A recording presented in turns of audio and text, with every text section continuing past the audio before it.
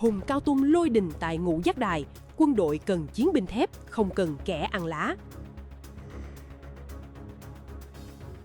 Trong một không gian rực lửa nhiệt huyết và tinh thần yêu nước, quyền Bộ trưởng Hải quân Hung Cao đã thực hiện một cuộc tấn công trực diện vào những lề thói cũ kỹ, mang đến một làn gió mới đầy uy lực cho quân đội Hoa Kỳ. Dưới sự dẫn dắt chiến lược của Tổng thống Donald Trump, ông Hung Cao không chỉ xuất hiện với tư cách một nhà lãnh đạo hành chính, mà còn là một chiến binh thực thụ, người sẵn sàng phá bỏ mọi rào cản để bảo vệ quyền lợi và tính mạng của những người lính đang canh giữ hòa bình cho cường quốc hàng đầu thế giới. Bài phát biểu của ông đã tạo ra một cơn địa chấn thực sự, khẳng định rằng nước Mỹ đang quay trở lại với những giá trị cốt lõi nhất của sức mạnh và lòng quả cảm. Câu chuyện cuộc đời của Hung Cao là một bản anh hùng ca về lòng biết ơn và sự tận tụy. Ông không ngần ngại nhắc lại những ký ức đầy xúc động vào năm 1975 khi ông chỉ là một đứa trẻ tị nạn được lực lượng thủy quân lục chiến Hoa Kỳ che chở và đưa rời khỏi Việt Nam. Đối với ông, thủy quân lục chiến không chỉ là một binh chủng mà là những vị cứu tinh đã cho ông cơ hội được sống và cống hiến. Ký ức về người lính gác tại Đại sứ quán vào năm 1979, người đã khẳng định chắc nịch rằng không ai có thể làm hại ông trong ca trực của họ, đã trở thành kim chỉ nam cho sự nghiệp binh nghiệp của ông. Từ đó, ông đã kinh qua những chiến trường khắc nghiệt nhất từ Iraq, Afghanistan đến Somalia, không phải vì danh vọng mà vì ông muốn đảm bảo rằng con cái của mình và con cái của mọi gia đình Mỹ sẽ luôn có một quốc gia tự do để gọi là nhà.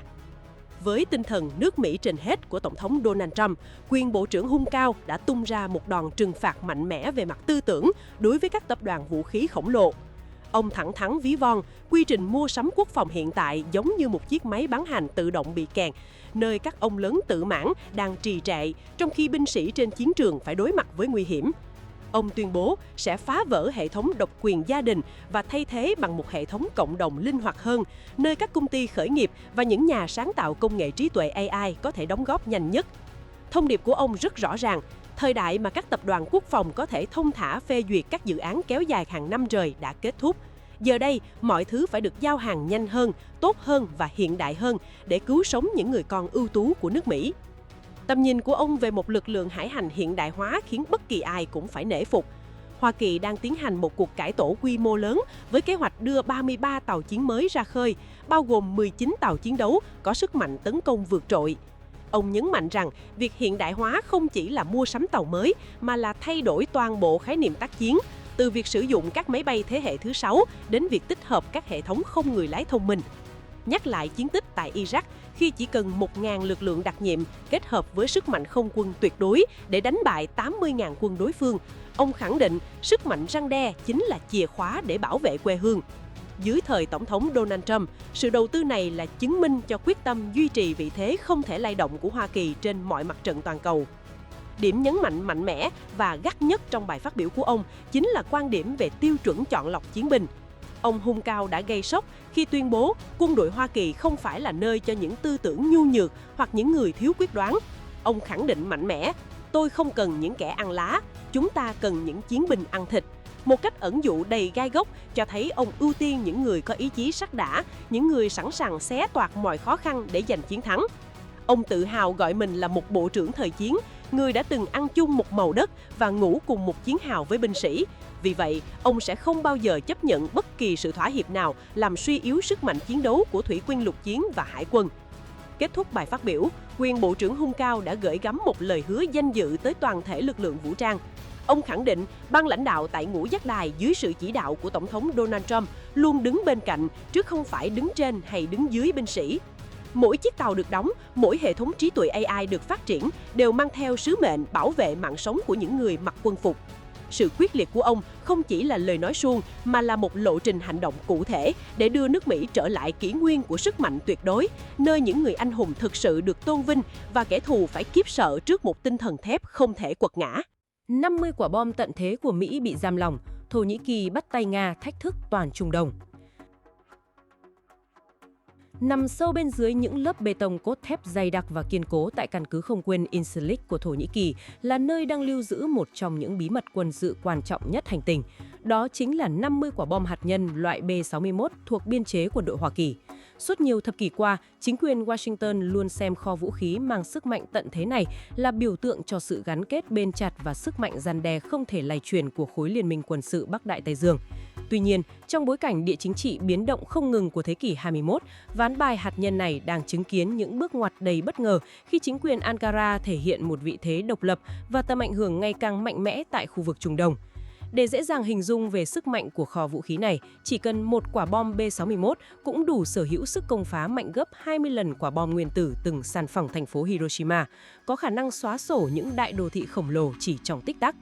Ngược dòng lịch sử về thời kỳ chiến tranh lạnh, việc Hoa Kỳ quyết định đặt những vũ khí hủy diệt hàng loạt tại Thổ Nhĩ Kỳ vốn mang mục tiêu chiến lược là tạo ra một lá chắn bảo vệ vững chắc cho các đồng minh trước những áp lực từ phía Bắc. Với vị trí địa lý đặc biệt, được ví như yết hầu nối liền hai đại lục Á-Âu, kiểm soát hoàn toàn eo biển Bosphorus, Thổ Nhĩ Kỳ đã trở thành một tiền đồn vô cùng quan trọng đối với kế hoạch an ninh toàn cầu. Vào thời điểm đó, sự hiện diện của các đầu đạn hạt nhân Hoa Kỳ được coi là một sự bảo chứng cho sự ổn định của khu vực. Thế nhưng, thời đại đã thay đổi và dưới sự điều hành khôn ngoan của Tổng thống Recep Tayyip Erdogan, quốc gia này đã vươn mình trở thành một cường quốc khu vực với một quân đội hùng hậu, đứng thứ hai trong khối liên minh quân sự và một nền công nghiệp quốc phòng tự chủ đáng kinh ngạc. Ankara giờ đây không còn bằng lòng với vai trò một bên thực thi các kế hoạch định sẵn mà họ đang khẳng định tiếng nói riêng đầy trọng lượng của mình. Điểm nhấn quan trọng trong mối quan hệ này chính là sự kiện diễn ra vào năm 2016 khi một biến động chính trị lớn tại Ankara đã khiến căn cứ Incirlik bị đặt vào tình trạng kiểm soát nghiêm ngặt. Những hành động quyết liệt từ phía chính quyền sở tại, bao gồm việc cắt đứt toàn bộ nguồn điện và phong tỏa không phận, đã gửi đi một thông điệp vô cùng sâu sắc tới giới hoạch định chính sách tại Hoa Kỳ. Dù mã khóa kích nổ vẫn nằm trong tay người Mỹ, nhưng những vũ khí này đang nằm trên lãnh thổ của một quốc gia có chủ quyền và đầy bản lĩnh đã tạo ra một tình thế ngoại giao vô cùng phức tạp. Điều này buộc phía Hoa Kỳ, đặc biệt là dưới tầm nhìn chiến lược và thực tế của Tổng thống Donald Trump, phải có những bước đi thận trọng để vừa giữ vững sự đồng minh, vừa đảm bảo an toàn tuyệt đối cho kho khí tài tối thượng của quốc gia. Tổng thống Donald Trump luôn nỗ lực duy trì sự ổn định của liên minh bằng những thỏa thuận ngoại giao tinh tế nhất. Không chỉ dừng lại ở đó, Thổ Nhĩ Kỳ còn thực hiện một bước đi gây chấn động khi bắt tay với tập đoàn năng lượng nhà nước Nga là Rosatom để xây dựng nhà máy điện hạt nhân Akuyu. Đến đầu năm 2026, dự án vĩ đại này đã đạt được những bước tiến khổng lồ với lò phản ứng đầu tiên gần như hoàn thiện tới 99%. Đây là dự án hạt nhân đầu tiên trên thế giới được triển khai theo mô hình xây dựng, sở hữu và vận hành, đánh dấu sự hiện diện lâu dài của công nghệ hạt nhân tiên tiến ngay tại một quốc gia thành viên của khối quân sự phương Tây. Thông qua dự án này, Thổ Nhĩ Kỳ đang từng bước làm chủ các quy trình công nghệ hạt nhân phức tạp dưới vỏ bọc năng lượng dân sự, tạo tiền đề vững chắc cho việc đào tạo đội ngũ kỹ sư hạt nhân chất lượng cao và xây dựng cơ sở hạ tầng vật lý hiện đại phục vụ cho tương lai đất nước. Tình hình càng trở nên nhạy cảm hơn khi sự kết hợp giữa kho bom hạt nhân của Hoa Kỳ và dự án hợp tác hạt nhân với Nga đã tạo ra một chiếc áo giáp ngoại giao hoàn hảo cho Ankara. Bất kỳ nỗ lực nào từ bên ngoài nhằm gây sức ép lên chương trình hạt nhân nội địa của Thổ Nhĩ Kỳ đều phải đối mặt với rủi ro về sự an toàn và ổn định của 50 quả bom đang lưu giữ tại căn cứ này. Đây là một thách thức không nhỏ cho các thế lực hùng mạnh trên thế giới trong việc duy trì trật tự hiện hữu. Phía Hoa Kỳ dưới sự lãnh đạo của Tổng thống Donald Trump vẫn đang nỗ lực tìm kiếm những giải pháp cân bằng, đảm bảo rằng Thổ Nhĩ Kỳ vẫn là một đối tác chiến lược quan trọng và ngăn chặn các cuộc chạy đua hàng vũ trang có thể gây mất kiểm soát. Sự quyết đoán của Tổng thống Donald Trump trong việc đối thoại trực tiếp đã giúp duy trì được hòa bình dù phải đối mặt với những gọng kìm địa chính trị vô cùng sắc bén. Sự trỗi dậy của một đế chế mới với tham vọng hạt nhân tiềm tàng cũng đang gây ra những lo ngại cho các quốc gia lân cận, đặc biệt là sự ảnh hưởng tới không gian sinh tồn của Israel. Trong nhiều thập kỷ, cán cân quyền lực tại vùng đất này vốn được duy trì dựa trên những thỏa thuận ngầm, nhưng giờ đây, một trật tự đa cực mới đang dần được hình thành. Nếu Thổ Nhĩ Kỳ chính thức bước chân vào câu lạc bộ các quốc gia sở hữu năng lực hạt nhân tự hần, bản đồ quyền lực của toàn bộ vùng Trung Đông sẽ phải thay đổi một cách căn bản. Sự hiện diện của một thế lực có quân đội quy ước khổng lồ, bao gồm cả các đơn vị thủy quân mặc trịnh kiện chiến, kết hợp với công nghệ hạt nhân hiện đại sẽ tạo ra một sức ép lớn lên các đối thủ cạnh tranh quyền lực tại khu vực. Tuy nhiên, cũng cần nhìn nhận khách quan rằng các hành động của chính quyền Ankara đang nỗ lực vì lợi ích tối cao của dân tộc họ và khẳng định quyền tự chủ trong một thế giới đầy biến động. Việc lưu giữ vũ khí của Hoa Kỳ cũng đồng nghĩa với việc quốc gia này đang gánh vác một phần trách nhiệm trong việc bảo vệ an ninh và ổn định chung. Trong khi đó, Tổng thống Donald Trump với bản lĩnh của một nhà lãnh đạo tầm cỡ quốc tế luôn đặt ưu tiên hàng đầu vào việc bảo vệ vị thế của Hoa Kỳ và đảm bảo rằng không có bất kỳ rủi ro hạt nhân nào có thể xảy ra. Mối quan hệ giữa Washington và Ankara, dù đôi lúc có những thử thách, vẫn là một trụ cột không thể thiếu trong cấu trúc an ninh thế giới, giúp ngăn chặn những xung đột lớn hơn có thể bùng phát. Tóm lại, câu chuyện về 50 quả bom hạt nhân và sự hợp tác chiến lược giữa Thổ Nhĩ Kỳ và Nga là chứng minh cho sự chuyển dịch của các cường quốc trong việc khẳng định vị thế. Thổ Nhĩ Kỳ đã vận dụng nghệ thuật ngoại giao và địa chính trị một cách bậc thầy để biến những khí tài hiện có thành những công cụ đàm phán đầy sức mạnh. Cuộc chơi quyền lực này chắc chắn sẽ còn nhiều diễn biến bất ngờ trong những ngày sắp tới, khi mà ranh giới giữa đồng minh và đối thủ ngày càng trở nên tinh tế hơn bao kỳ hết. Thế giới đang chăm chú dõi theo từng bước đi của các nhà lãnh đạo để xem liệu một trật tự hòa bình mới sẽ được thiết lập hay vùng đất này sẽ bước vào một giai đoạn cạnh tranh hạt nhân đầy cam go và khốc liệt hơn bao giờ hết dưới sự điều phối của các thế lực vĩ đại nhất hành tinh. Mỹ trút 115.000 tấn vũ khí, Tổng thống Trump ra lệnh sẵn sàng giáng đòn quyết định xóa sổ đối thủ. Trong những ngày vừa qua, bầu không khí tại khu vực Trung Đông đã trở nên đặc biệt căng thẳng khi các động thái quân sự từ phía Hoa Kỳ cho thấy một sự chuẩn bị kỹ lưỡng và đầy quyết đoán nhằm bảo vệ lợi ích quốc gia cũng như duy trì sự ổn định trên toàn cầu. Những báo cáo mới nhất chỉ ra rằng, trong khi các đối thủ đang phải vật lộn để phục hồi từ những tổn thất sau các đợt không kích, thì lực lượng quân sự hùng mạnh nhất thế giới đang không ngừng gia tăng sức mạnh với một tốc độ kinh ngạc. Trọng tâm của sự chú ý hiện đang đổ dồn vào những nỗ lực hậu cần chưa từng có của Washington, minh chứng cho khả năng huy động nguồn lực khổng lồ để bảo vệ công lý và các đồng minh chiến lược trong khu vực. Theo các nguồn tin xác thực, bộ máy hậu cần của Hoa Kỳ đã vận hành với một hiệu suất vô cùng ấn tượng. Tính từ khi các biến động bắt đầu nổ ra, tổng lượng thiết bị quân sự và vũ khí được vận chuyển tới khu vực đã chạm ngưỡng 115.600 tấn. Để thực hiện khối lượng công việc khổng lồ này, lực lượng không quân đã thực hiện tổng cộng 403 chuyến vận tải bằng các loại máy bay vận tải cỡ lớn, kết hợp với 10 chuyến vận tải đường biển quy mô lớn. Đặc biệt, chỉ trong vòng 24 giờ qua, một khối lượng đạn dược lên tới 6.500 tấn đã được chuyển giao thần tốc, bao gồm hàng ngàn đơn vị đạn dược chuyên dụng cho các lực lượng chiến đấu và hàng trăm xe tải quân sự hạng nặng. Những hình ảnh về các phi đội vận tải cơ liên tục cất hạ cánh tại các căn cứ chiến lược đã gửi đi một thông điệp mạnh mẽ về sự sẵn sàng của cường quốc hàng đầu trong việc đối đầu với mọi thách thức. Trong bối cảnh đó, phía Iran đang rơi vào một tình thế hết sức ngặt nghèo khi phải chạy đua với thời gian để khôi phục những khí tài đã bị hư hại. Thay vì các hoạt động sản xuất và phát triển mới, các vệ tinh quân sự ghi nhận đối phương đang phải dùng máy xúc và máy ủi để đào bới, khai quật những bệ phóng tên lửa và đạn đạo bị chôn vùi dưới hàng triệu tấn bê tông đổ nát sau các đợt tấn công chính xác của Liên minh. Bộ trưởng Quốc phòng Peter Hegseth trong một bài phát biểu đầy tự tin tại Lầu Năm Góc vào ngày 16 tháng 4 đã khẳng định rằng sức mạnh của Hoa Kỳ đang ngày một củng cố, trong khi đối phương chỉ còn có thể dựa vào những gì còn sót lại từ quá khứ mà không có khả năng thay thế hay tái thiết. Sự tương phản này cho thấy lợi thế chiến lược tuyệt đối thuộc về phía Washington dưới sự lãnh đạo tài năng của giới chức quân sự đương nhiệm. Tại Nhà Trắng, Tổng thống Donald Trump đã chủ trì các cuộc họp an ninh quốc gia cấp cao để đánh giá tình hình và đưa ra những quyết sách mang tính bước ngoặt. Vào ngày 30 tháng 4, Tổng thống Donald Trump đã làm việc trực tiếp với các tư lệnh thuộc Bộ Chỉ huy Trung tâm nhằm xem xét một loạt các phương án quân sự linh hoạt. Một trong những chiến thuật đang được cân nhắc là tung ra những đòn đánh ngắn nhưng mang tính hủy diệt cao nhằm gây sức ép tối đa lên các cơ sở hạ tầng trọng yếu của đối phương. Mục tiêu cuối cùng của Tổng thống Donald Trump không gì khác ngoài việc buộc các thế lực đối địch phải từ bỏ các tham vọng hạt nhân và chấp nhận những thỏa thuận hòa bình bền vững có lợi cho an ninh thế giới. Sự quyết đoán của ông đã nhận được sự ủng hộ mạnh mẽ từ dư luận trong nước, những người luôn tin tưởng vào một chính sách đối ngoại mạnh mẽ và bảo vệ vị thế của Hoa Kỳ trên trường quốc tế.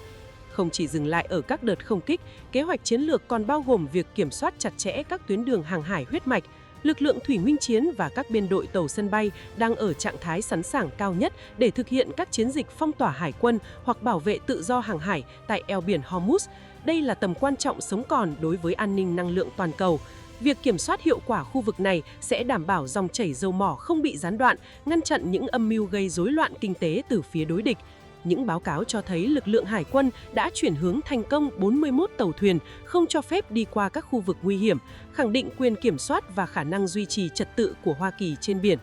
Bên cạnh sức mạnh quân sự trực diện, sự tự tin của giới lãnh đạo Hoa Kỳ còn dựa trên những đánh giá tình báo sắc bén. Mặc dù đối phương vẫn cố gắng duy trì một phần năng lực quân sự và đưa ra những lời đe dọa mang tính tuyên truyền, nhưng thực tế cho thấy các cơ sở sản xuất và hệ thống phòng thủ của họ đã bị suy yếu đáng kể. Người phát ngôn Nhà Trắng, bà Anna Kelly đã tái khẳng định rằng các mục tiêu chiến lược ban đầu của quân đội đã hoàn thành xuất sắc, bao gồm việc vô hiệu hóa nhiều cơ sở sản xuất khí tài nguy hiểm. Tuy nhiên, Tổng thống Donald Trump vẫn luôn mở cánh cửa cho các nỗ lực ngoại giao chân chính, với điều kiện đối phương phải thể hiện sự thiện chí và từ bỏ hoàn toàn các hoạt động gây hấn. Cuộc đối đầu hiện nay không chỉ là sự so kè về số lượng vũ khí hay công nghệ, mà là cuộc chiến của bản lĩnh và ý chí chính trị. Với sự chuẩn bị hậu cần hùng hậu và những kế hoạch tác chiến tinh vi, Hoa Kỳ đang nắm giữ thế thượng phòng hoàn toàn. Sự hiện diện của hàng ngàn đơn vị xe chiến thuật hiện đại và kho dự trữ đạn dược dồi dào là chứng minh rõ nhất cho việc Washington không bao giờ lùi bước trước bất kỳ đe dọa nào. Thế giới đang chứng kiến một cường quốc có trách nhiệm, sẵn sàng sử dụng sức mạnh để bảo vệ hòa bình và ngăn chặn những hiểm họa từ các thế lực hiếu chiến. Mọi ánh mắt đang dõi theo những bước đi tiếp theo của Tổng thống Donald Trump, người đang lèo lái con thuyền quốc gia vượt qua những sóng gió của thời đại để tiến tới một kỷ nguyên an toàn và thịnh vượng hơn cho tất cả các dân tộc trên thế giới. Với sự đồng lòng của quốc gia và sức mạnh vô song của quân đội, chắc chắn rằng mọi âm mưu gây rối sẽ bị đập tan, nhường chỗ cho sự ổn định và công lý trên bàn cờ quyền lực toàn cầu. Vũ khí sinh học cực hiểm, Iran dùng cá heo cài thuốc nổ đối đầu Hải quân Hoa Kỳ. Trong dòng chảy của lịch sử quân sự thế giới, người Iran luôn tự hào về nền văn minh Ba Tư lâu đời và trí tuệ sắc bén của mình. Khi đối mặt với những áp lực to lớn từ bên ngoài, đặc biệt là trước sức mạnh quân sự dẫn đầu thế giới của Hoa Kỳ, họ thường tìm đến những chiến thuật bất đối xứng đầy bất ngờ. Một trong những thông tin đang gây chấn động dư luận quốc tế gần đây chính là khả năng Tehran triển khai những chiến binh đại dương đặc biệt. Theo các báo cáo được dẫn lại từ những nguồn tin uy tín, các quan chức quốc phòng Iran đã đề cập đến một kịch bản chưa từng có trong chiến tranh hiện đại. Huấn luyện cá heo mang theo thủy lôi để thực hiện các đòn tấn công cảm tử nhằm vào các chiến hạm của Hoa Kỳ tại khu vực eo biển Hormuz. Đây không chỉ là một bài toán về kỹ thuật quân sự mà còn là một thách thức cân não đối với các hệ thống phòng thủ tiên tiến nhất hiện nay. Thực tế, ý tưởng sử dụng động vật biển trong quân sự không hoàn toàn là một câu chuyện viễn tưởng. Ngay từ những năm 2000, có thông tin cho rằng Iran đã mua lại một số cá heo được huấn luyện từ lực lượng hải quân của Liên Xô cũ. Những sinh vật thông minh này ban đầu được đào tạo để phát hiện thủy lôi hoặc bảo vệ các căn cứ hải quân quan trọng. Tuy nhiên, trong bối cảnh căng thẳng leo thang, chương trình này được cho là đã nâng cấp lên một tầm cao mới. Cá heo có thể được trang bị các thiết bị gắn trên cơ thể, bao gồm cả chất nổ mạnh hoặc lao nhọn, cho phép chúng tiếp cận tàu đối phương một cách kín đáo tuyệt đối dưới làn nước sâu. Điểm đáng sợ nhất chính là việc biến những sinh vật này thành phương tiện tấn công cảm tử, lao thẳng vào mục tiêu để gây ra thiệt hại không thể lường trước. Tại sao một lực lượng hải quân hùng hậu như của Hoa Kỳ lại phải dè chừng trước những con cá heo nhỏ bé? Câu trả lời nằm ở nguyên lý vận hành của hệ thống sonar, công cụ chính để các tàu chiến phát hiện mục tiêu dưới nước. Khác với radar trên không, sonar hoạt động bằng cách phát ra sóng âm và nghe tín hiệu phản hồi để nhận diện vật thể. Mỗi tàu ngầm hay ngư lôi đều có một chữ ký âm thanh đặc trưng do động cơ và chân vịt tạo ra. Thế nhưng, đại dương vốn là một môi trường cực kỳ nhiễu loạn với vô số âm thanh từ cá voi, cá heo và các sinh vật khác. Nếu một con cá heo mang theo một khối thuốc nổ nhỏ, di chuyển tự nhiên, hệ thống máy tính sẽ rất khó để phân loại nó là một mối đe dọa quân sự hay chỉ là một sinh vật biển bình thường. Đặc biệt tại vùng nước nông và đông đúc như eo biển Hormuz, sóng âm bị phản xạ phức tạp, tạo điều kiện lý tưởng cho các chiến thuật ngụy trang sinh học này phát huy tác dụng. Tuy nhiên, với vị thế là một quốc gia có nền khoa học kỹ thuật hàng đầu, Hải quân Hoa Kỳ cũng đã có những bước chuẩn bị rất kỹ lưỡng. Họ triển khai nhiều lớp phòng thủ đa tầng, từ việc sử dụng trí tuệ nhân tạo để phân tích hành vi bất thường của sinh vật biển, cho đến việc lắp đặt các loại lưới chống ngư lôi và hệ thống sonar tầm gần quanh thân tàu. Sự phối hợp nhịp nhàng giữa các tàu chiến và lực lượng thủy quân đành chiến luôn đảm bảo an ninh tối đa cho các khí tải trên biển. Mặc dù phương thức tấn công bằng cá heo mang tính bất ngờ cao, nhưng việc điều khiển động vật trong môi trường chiến trường khốc liệt, đầy áp lực âm thanh và khói lửa vẫn là một bài toán khó mà không phải quốc gia nào cũng có thể thực hiện thành công một cách triệt để.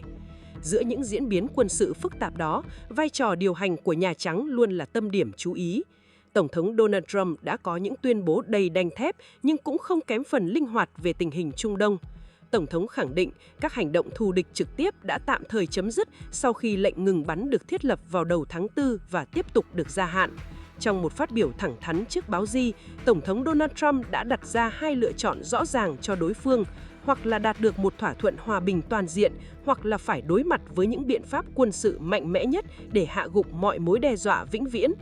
Ông nhấn mạnh Hoa Kỳ luôn ưu tiên các giải pháp nhân đạo và không muốn tiến hành các cuộc tấn công quy mô lớn gây tao thương cho dân thường, nhưng đồng thời khẳng định một nguyên tắc không thể lay chuyển: Mỹ sẽ không bao giờ chấp nhận việc Iran sở hữu vũ khí hạt nhân. Quá trình đàm phán hiện đang rơi vào thế bế tắc khi Tổng thống Donald Trump cho rằng các đề xuất mới nhất từ phía Tehran thông qua trung gian Pakistan là không thể chấp nhận được. Ông nhận định một cách sắc sảo rằng sự thiếu thống nhất trong nội bộ lãnh đạo Iran đang là rào cản lớn nhất để đi đến một tiếng nói chung. Trong khi đó, tại vùng vịnh, lực lượng hải quân của Iran vẫn đang thực thi những quy tắc quản lý mới theo mệnh lệnh từ lãnh tụ tối cao Khamenei, nhằm biến vùng biển này thành công cụ kiểm soát kinh tế và quân sự. Những tuyên bố về một chương mới tại eo biển Hormuz cho thấy Iran đang cố gắng gia tăng tầm ảnh hưởng để hạn chế sự can thiệp từ các đối thủ bên ngoài. Thực tế trên địa bàn cho thấy một bức tranh đối lập đầy kịch tính. Một mặt các tuyên bố chính trị mang màu sắc hạ nhiệt, nhưng mặt khác cả hai bên đều đang tích cực chuẩn bị cho những kịch bản xấu nhất. Hoa Kỳ vẫn duy trì một sự hiện diện quân sự hùng mạnh tại các vị trí chiến lược để bảo vệ tự do hàng hải và nguồn cung cấp năng lượng toàn cầu. Với sự quyết đoán của Tổng thống Donald Trump, Hoa Kỳ đang giữ vững vị thế dẫn đầu, sẵn sàng đáp trả mọi hình thức tấn công, dù là bằng công nghệ hiện đại hay các chiến thuật sinh học cổ điển. Trạng thái hiện tại tại Trung Đông giống như một mặt hồ lặng sóng nhưng đầy sóng ngầm phía dưới. Thế giới đang nín thở theo dõi xem liệu những nỗ lực ngoại giao có thể ngăn chặn một cuộc xung đột mới hay không, khi mà chỉ cần một sai lầm nhỏ hoặc một đòn tấn công bất ngờ từ những chiến binh cá heo cũng có thể khiến sủng lại nổ vang trời tại vùng đất nóng bỏng này. Với tầm nhìn chiến lược và sức mạnh không thể phủ nhận, Hoa Kỳ dưới sự dẫn dắt của Tổng thống Donald Trump đang tiếp tục khẳng định vai trò là người bảo vệ trật tự và an ninh quốc tế.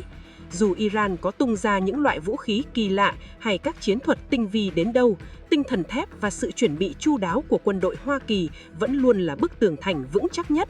Cuộc đấu trí giữa một bên là sự tinh quái của chiến thuật bất đối xứng và một bên là sức mạnh công nghệ cùng bản lĩnh dẫn đầu, chắc chắn sẽ còn nhiều tình tiết gây sốc trong những ngày tới. Người dân thế giới đều hy vọng vào một kết quả hòa bình, nơi mà trí tuệ con người được dùng để xây dựng sự thịnh vượng thay vì phục vụ cho những đòn tấn công cảm tử dưới đáy đại dương. Mỹ rút quân khỏi Đức, Tổng thống Donald Trump giáng đòn trừng phạt kẻ chối bỏ trách nhiệm.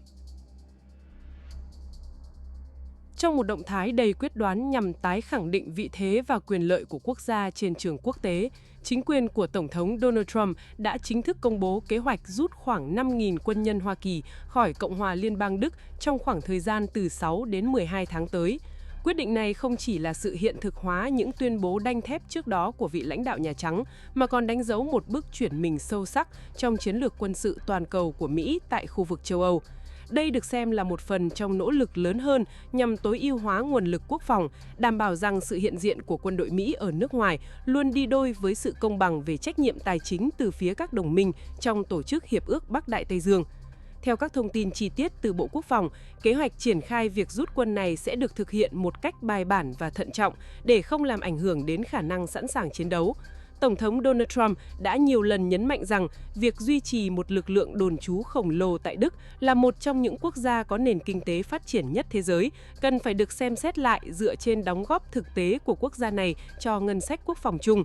Ông khẳng định rằng việc Hoa Kỳ gánh vác phần lớn chi phí bảo vệ châu Âu khi các quốc gia thành viên khác chưa đạt được mục tiêu chi tiêu 2% tổng sản phẩm quốc nội cho quốc phòng là một sự thiếu công bằng đối với người đóng thuế Mỹ. Do đó, việc điều chỉnh quân số lần này là một thông điệp rõ ràng về việc yêu cầu sự chia sẻ trách nhiệm một cách công bằng và minh bạch hơn giữa các đối tác chiến lược. Trong số 5.000 quân nhân dự kiến rời khỏi lãnh thổ Đức, một bộ phận sẽ được điều động trở về quê hương để tái cấu trúc và tăng cường khả năng phản ứng nhanh tại nội địa, trong khi một phần khác sẽ được luân chuyển sang các quốc gia đồng minh khác ở châu Âu như Ba Lan hoặc các khu vực thuộc vùng Baltic. Sự thay đổi này cho thấy tầm nhìn chiến lược của Tổng thống Donald Trump trong việc đưa quân đội đến những vị trí trọng yếu hơn, gần hơn với các khu vực cần sự răn đe trực tiếp, từ đó nâng cao hiệu quả bảo vệ an ninh khu vực mà không cần duy trì quá nhiều nhân lực tại một điểm cố định lâu đời như Đức. Các đơn vị thuộc lực lượng thủy quân lục chiến cũng được dự báo sẽ có những điều chỉnh phù hợp trong kế hoạch tổng thể này để đảm bảo tính linh hoạt và sức mạnh tấn công từ phía biển cũng như trên đất liền. Việc tái cấu trúc này cũng mở ra cơ hội để quân đội Mỹ hiện đại hóa hạ tầng và phương thức vận hành. Thay vì duy trì các căn cứ quân sự mang tính chất cố định từ thời chiến tranh lạnh, Tổng thống Donald Trump đang hướng tới một hình mẫu quân đội tinh nhuệ, cơ động và tiết kiệm chi phí. Những khoản ngân sách tiết kiệm được từ việc cắt giảm quân số tại Đức có thể được tái đầu tư vào các công nghệ quân sự tiên tiến, nghiên cứu vũ khí hiện đại và chăm sóc tốt hơn cho đời sống của các binh sĩ cùng gia đình họ. Điều này thể hiện sự quan tâm sâu sắc của Tổng thống đối với sức mạnh thực chất của lực lượng vũ trang hơn là những con số mang tính hình thức trên bản đồ quân sự thế giới.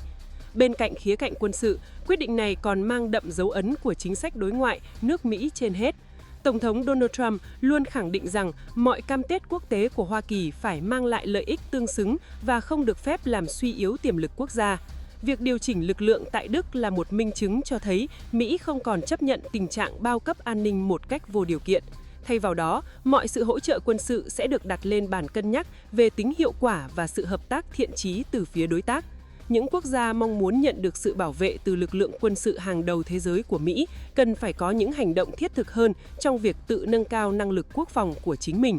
Dù có những ý kiến trái chiều từ giới quan sát về tác động của việc rút quân đối với mối quan hệ giữa Washington và Berlin, nhưng thực tế cho thấy đây là một bước đi cần thiết để thúc đẩy một liên minh bền vững hơn trong tương lai. Một liên minh ở đó mọi thành viên đều tự giác thực hiện nghĩa vụ tài chính sẽ mạnh mẽ hơn nhiều so với một hệ thống dựa trên sự phụ thuộc quái mức vào một quốc gia duy nhất. Tổng thống Donald Trump đang thúc đẩy một sự thay đổi tư duy cần thiết tại châu Âu, buộc các nhà lãnh đạo lục địa già phải nghiêm túc nhìn nhận lại vấn đề an ninh chung và trách nhiệm riêng của từng quốc gia. Trong vòng 12 tháng tới, thế giới sẽ chứng kiến một cuộc chuyển quân quy mô và đầy tính toán. Các đơn vị bộ binh, không quân và thủy quân lục chiến sẽ bắt đầu quá trình di chuyển theo lộ trình đã được định sẵn. Việc rút 5.000 quân không hề làm suy yếu vai trò của Mỹ tại châu Âu mà làm cho sự hiện diện của Mỹ trở nên sắc bén và khó lường hơn.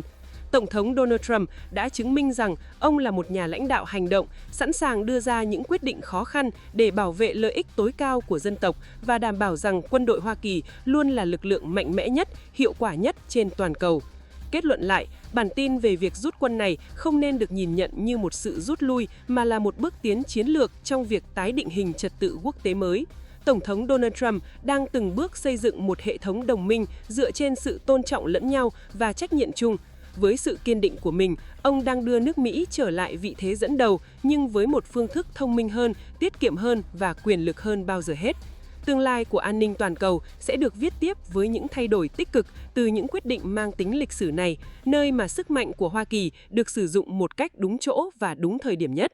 Hùng Cao ra quân lệnh đóng tàu thần tốc, Hải quân Mỹ quyết tâm lấy lại ngôi vương tại Biển Đông.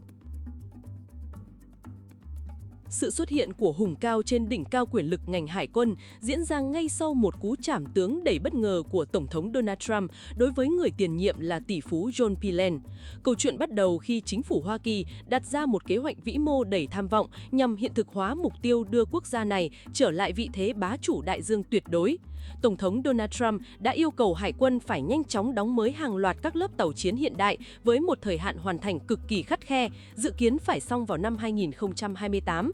Tuy nhiên, trước những khó khăn về chuỗi cung ứng và sự thiếu hụt nhân lực ngành đóng tàu trong nước, ông John Pillen đã phạm phải một sai lầm chết người khi đề xuất phương án mang bản thiết kế sang thuê các quốc gia đồng minh đóng tàu. Điều này đã đi ngược lại hoàn toàn với tôn chỉ tối thượng nước Mỹ trên hết của vị Tổng thống đương nhiệm. Ngay lập tức, vị tỷ phú này đã phải rời khỏi ghế nóng để nhường chỗ cho một người có tư duy thực chiến hơn và quyết liệt hơn. Hùng Cao bước vào văn phòng tại Lầu Năm Góc không phải với tư cách của một chính trị gia khéo léo mà với bản lĩnh của một chiến binh thực thụ. Xuất thân từ lực lượng đặc nhiệm, ông là một chuyên gia tháo gỡ bom mìn, từng kinh qua những chiến trường khắc nghiệt nhất tại Iraq và Afghanistan. Chính sự tôi luyện trong khói lửa đã tạo nên một Hùng Cao lạnh lùng và kỷ luật. Ngay khi vừa nhậm chức, ông đã tung ra một quân lệnh đanh thép, ép toàn bộ hệ thống công nghiệp quốc phòng phải hoạt động với 200% công suất để đóng tàu chiến bằng mọi giá. Thông điệp của ông rất rõ ràng, chúng tôi sẽ đóng tàu, chúng tôi cần khí tài để bảo vệ đất nước. Đây được xem là một mệnh lệnh thiết quân luật đối với các tập đoàn công nghiệp nặng, buộc họ phải phá bỏ mọi rào cản hành chính rườm rà để chạy đua với thời gian.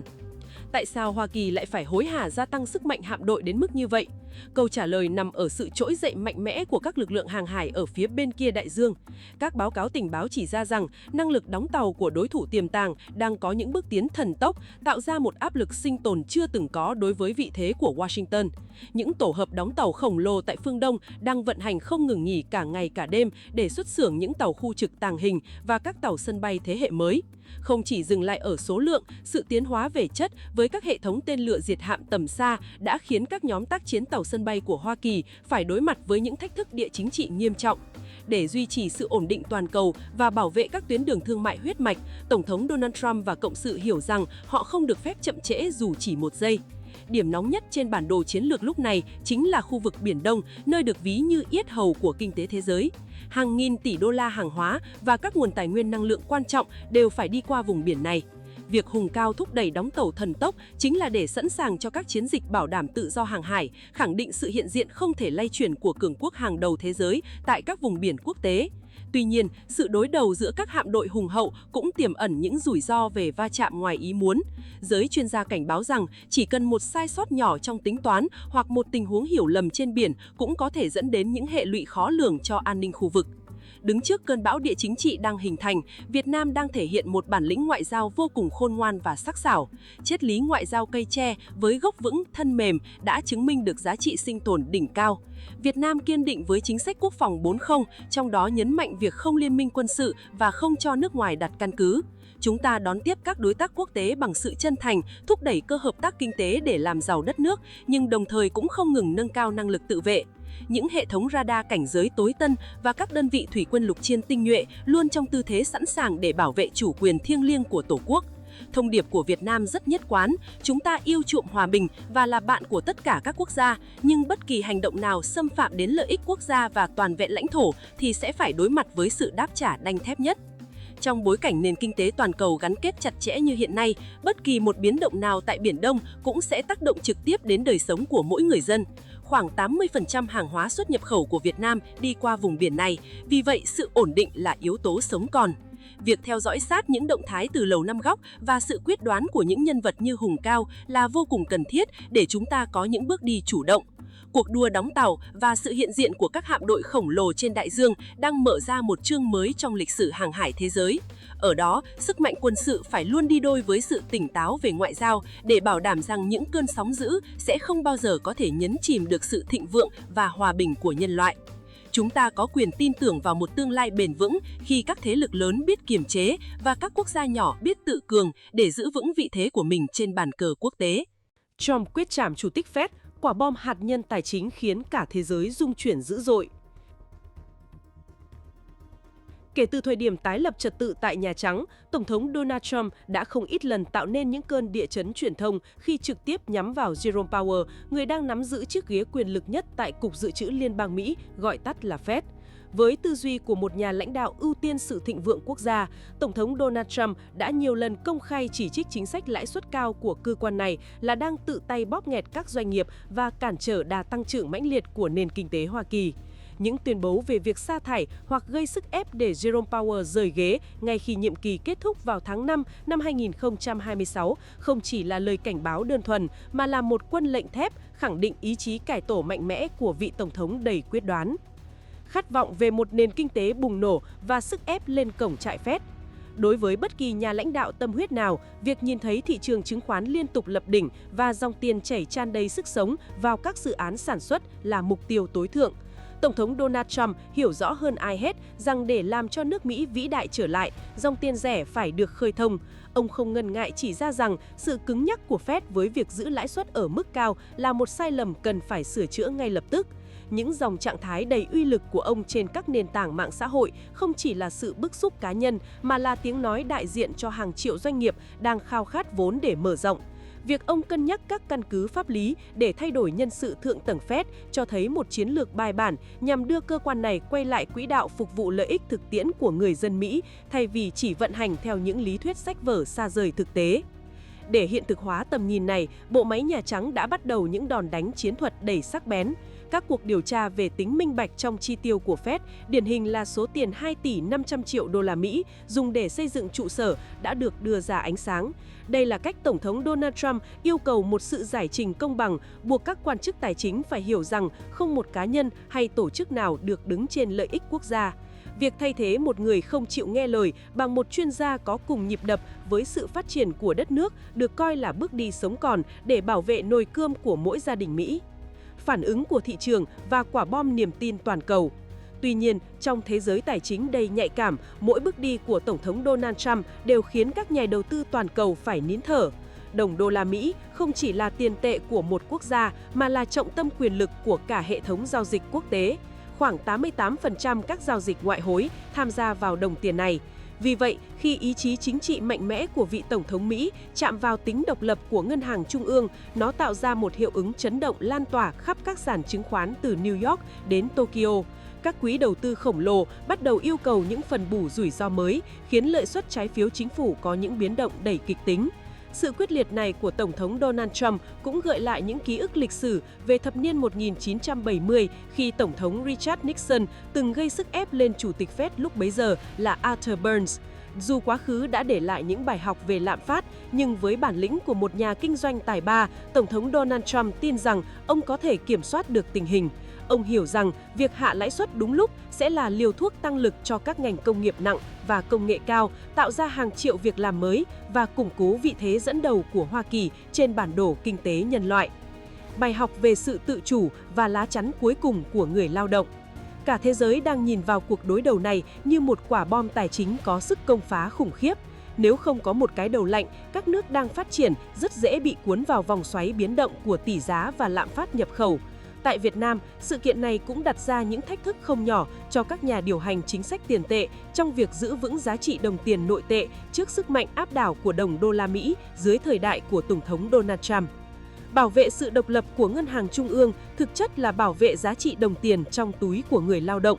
Thông điệp cuối cùng từ cuộc chiến này chính là tầm quan trọng của việc quản trị kỳ vọng. Dù các màn đấu đá quyền lực có căng thẳng đến đâu, mục tiêu cuối cùng của Tổng thống Donald Trump vẫn là ngăn chặn bóng ma lạm phát, tàn phá đời sống của người nghèo và tầng lớp trung lưu. Việc cải tổ Fed không phải là hành động phá hoại mà là dọn dẹp cần thiết để xây dựng một nền móng tài chính vững chắc hơn, minh bạch hơn và phản ứng nhanh nhạy hơn trước những biến động không ngừng của thế kỷ 21. Trong trận chiến này, ai nắm giữ được niềm tin của thị trường, người đó sẽ nắm giữ chìa khóa của sự hưng thịnh toàn cầu.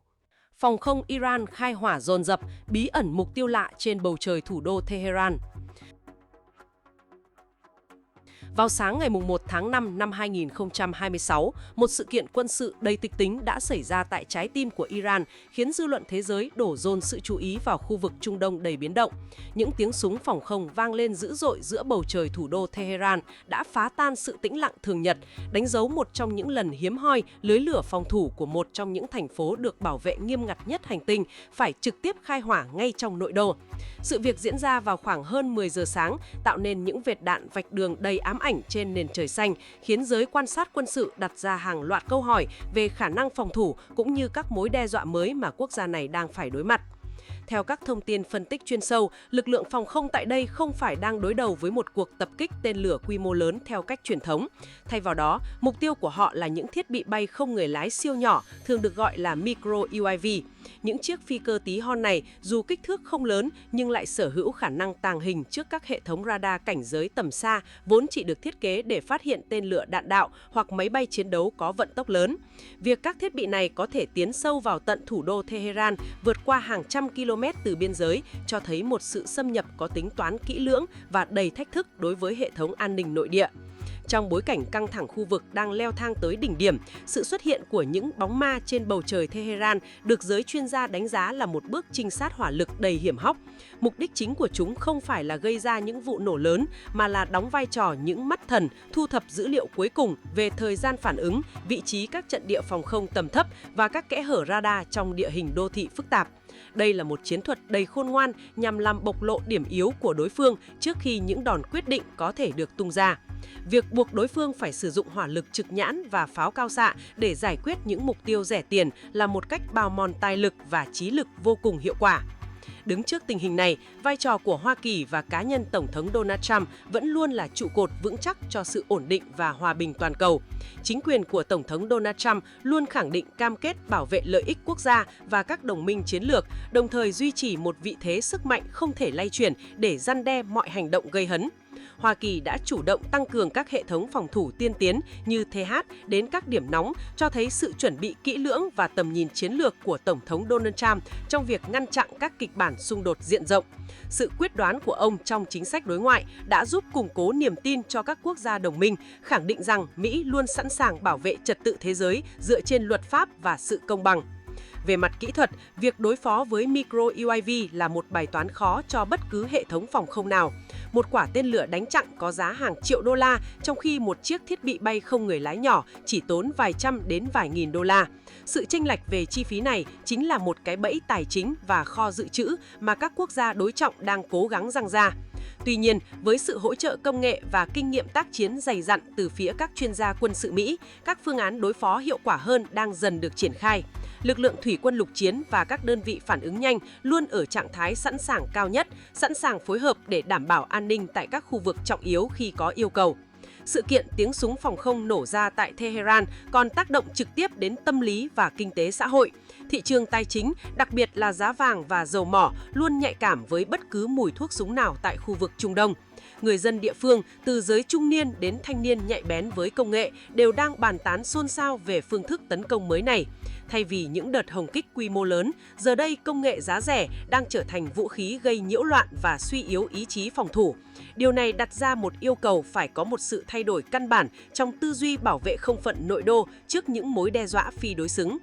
Dưới sự dẫn dắt tài tình của Tổng thống Donald Trump, Hoa Kỳ tiếp tục thể hiện vai trò là một cường quốc dẫn đầu trong việc định hình các chuẩn mực an ninh mới. Những nỗ lực kêu gọi kiềm chế từ phía Washington không đi kèm với sự yếu đuối, mà là sự chuẩn bị cho mọi kịch bản để đảm bảo rằng vòng xoáy hỏa lực không làm ảnh hưởng đến các tuyến đường hàng hải quan trọng và an ninh năng lượng toàn cầu. Tổng thống Donald Trump, với bản lĩnh của một nhà lãnh đạo kiệt xuất, đang từng bước tháo gỡ các nút thắt phức tạp, hướng tới một giải pháp bền vững cho khu vực mà không cần phải sa lầy vào những cuộc chiến kéo dài không cần thiết.